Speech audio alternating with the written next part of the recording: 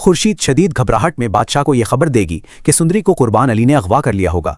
यह सुनते ही बादशाह का गुस्सा आसमान को छू लेगा और वो एक लम्हा ज़ाया किए बगैर अपनी गाड़ी में बैठकर सीधा कुर्बान अली की हवेली की तरफ निकल पड़ेगा।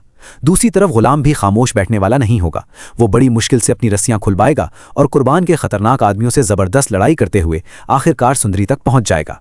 जैसे ही गुलाम सुंदरी के सामने आएगा, सुंदरी जज्बाती होकर फौरन उसके गले लग जाएगी और रोते हुए कहेगी कि वो हर लम्हा सिर्फ उसी का इंतजार कर रही थी। गुलाम भी उसे तसल्ली देगा कि अब वो उसे किसी हाल में अकेला नहीं छोड़ेगा। मेरी आप सबसे बस एक ही शिकायत है, आप मेरी वीडियोस देखते तो हैं लेकिन सब्सक्राइब नहीं करते। आपका एक सब्सक्राइब मेरे लिए बहुत बड़ी सपोर्ट है, तो अभी चैनल सब्सक्राइब करें और फैमिली का हिस्सा बन जाएं। लेकिन इन दोनों की ये खुशी ज़्यादा देर कायम नहीं रह सकेगी, क्योंकि अचानक पीछे से बादशाह वहां पहुंच जाएगा। सुंदरी बादशाह को देखकर हैरान रह जाएगी, जबकि बादशाह गुस्से से गुलाम को घूरते हुए कहेगा कि अब कोई भी सुंदरी को उससे दूर नहीं ले जा सकेगा। इसी लम्हे बादशाह अपने आदमियों को हुक्म देगा और वो गुलाम को दोबारा बुरी तरह रस्सियों से बांध देंगे। गुलाम मुसलसल मुज़ाहिमत करेगा, मगर तादाद ज़्यादा होने की वजह से बेबस हो जाएगा। इसके बाद बादशाह ज़बरदस्ती सुंदरी को अपने साथ गाड़ी में बिठाकर हवेली ले आएगा। हवेली में जैसे ही खुर्शीद अपनी बेटी को जख्मी और खौफजदा हालत में देखेगी, वो रोते हुए उसे सीने से लगा लेगी। लेकिन बादशाह फौरन जहांदाद की तरफ देखकर ऐलान करेगा कि आज ही सुंदरी के साथ उसका निकाह होगा। ये सुनकर पूरे घर में खामोशी छा जाएगी। दूसरी तरफ कुर्बान अली एक नई चाल चलेगा। वो गुलाम को इस्तेमाल करके बादशाह से बदला लेने का मंसूबा बनाएगा। कुर्बान गुलाम को बहला फुसलाकर अपने साथ ले जाएगा और उसे यकीन दिलाएगा कि वो खुद सुंदरी का निकाह गुलाम से करवाएगा। गुलाम उम्मीद बांध लेगा, क्योंकि उसके पास सुंदरी को पाने का यही आखिरी रास्ता होगा। इसी दौरान कुर्बान को यह भी पता चल जाएगा कि उसकी बीवी जरीना ने ही बादशाह को खबर दी थी।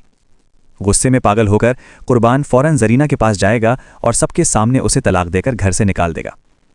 इधर जैसे ही कुर्बान को मालूम होगा कि बादशाह वाकई सुंदरी से निकाह करने जा रहा है, वो फौरन गुलाम को हवेली भेजेगा ताकि वो सुंदरी को वहां से भगा ले जाए।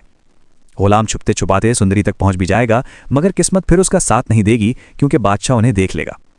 शदीद गुस्से में बादशाह गुलाम को दोबारा पकड़वाकर क्वार्टर में बंद कर देगा और उस पर सख्त पहरा लगा दिया जाएगा। अब कहानी एक और खतरनाक मोड़ लेगी। कुर्बान अली अपनी बेटी की सौगन को बादशाह के दुल्हन बनता नहीं देख सकेगा, इसलिए वो निकाह के दौरान एक खुफिया हमले का मंसूबा बनाएगा।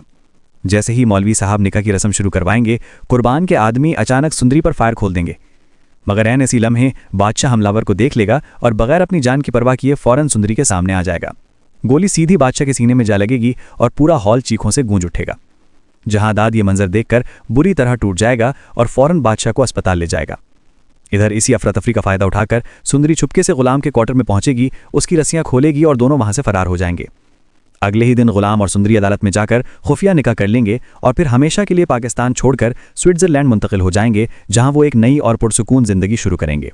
दूसरी तरफ अस्पताल में जब बादशाह को होश आएगा तो उससे मालूम होगा कि सुंदरी हमेशा के लिए गुलाम के साथ जा चुकी है। यह हकीकत उसे अंदर से तोड़ देगी, मगर फिर उसे एहसास होगा कि असल मुजरिम कुर्बान अली था।